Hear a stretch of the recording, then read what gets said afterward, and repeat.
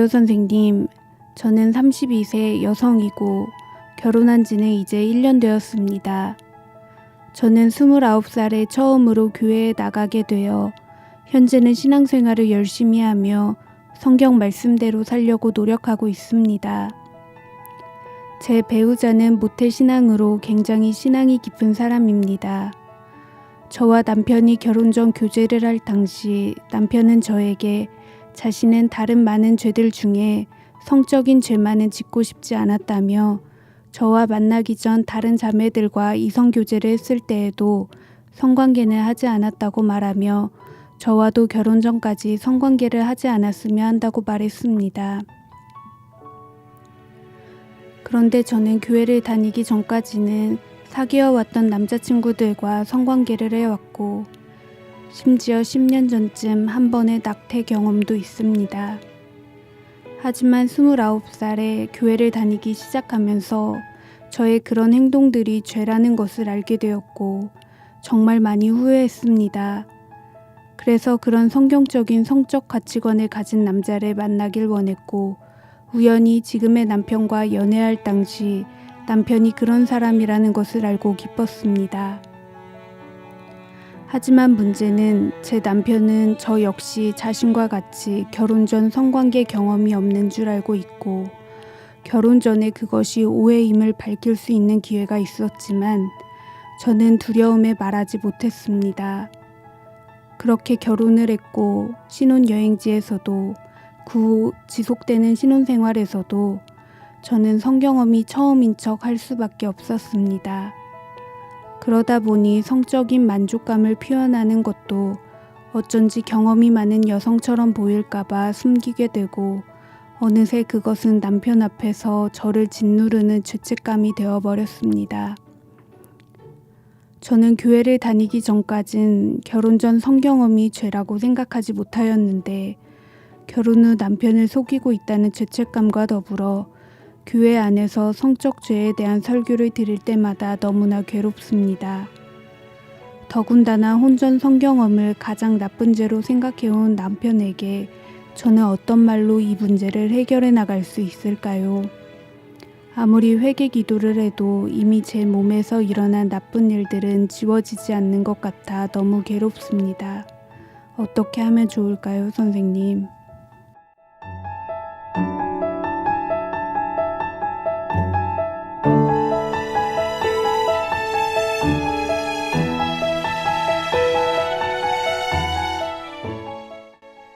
자매님 안녕하세요. 자매님의 마음에 오랫동안 괴로움이었을 무거운 주제를 이야기해 주셔서 감사합니다. 그래서 자매님이 얼마나 고통스러워 하시는지가 느껴지고 그 마음이 무척이나 버겁고 힘드실 것 같아 많이 안타까웠습니다. 자매님 자신도 과거의 일로 후회하며 회개의 시간을 가지셨다고 했는데 해결되었다고 생각했던 과거가 사랑하는 남편으로 인해 다시 생각나고 자매님을 괴롭게 할 때 얼마나 답답할까요? 우선 성에 대해 매우 자유로운 사회 분위기 가운데 이를 신앙적으로 바라보려 노력하고 고민하시는 자매님을 격려해 드리고 싶습니다. 아마 이 부분을 진지하게 생각하지 않는 사람이라면 자매님처럼 남편에게 죄책감을 가지지도 괴로워하지도 않았을 것이라 생각합니다. 하나님께서 인간에게 주신 성은 특별히 부부라는 관계 안에서 누릴 때 그 기쁨이 가장 크고 안전하다고 합니다. 또한 성은 두 사람 사이의 관계에서 깊은 친밀감과 헌신, 책임감을 바탕으로 이루어져야 하는 중요한 영역인 것도 사실입니다. 하지만 그렇다고 해서 과거에 있었던 성적인 일이 현재 남편에게 죄를 저질렀음을 의미하지는 않습니다. 자매님이 이렇게까지 무겁게 느끼시는 그 죄책감은 어디에서 비롯된 것일까요?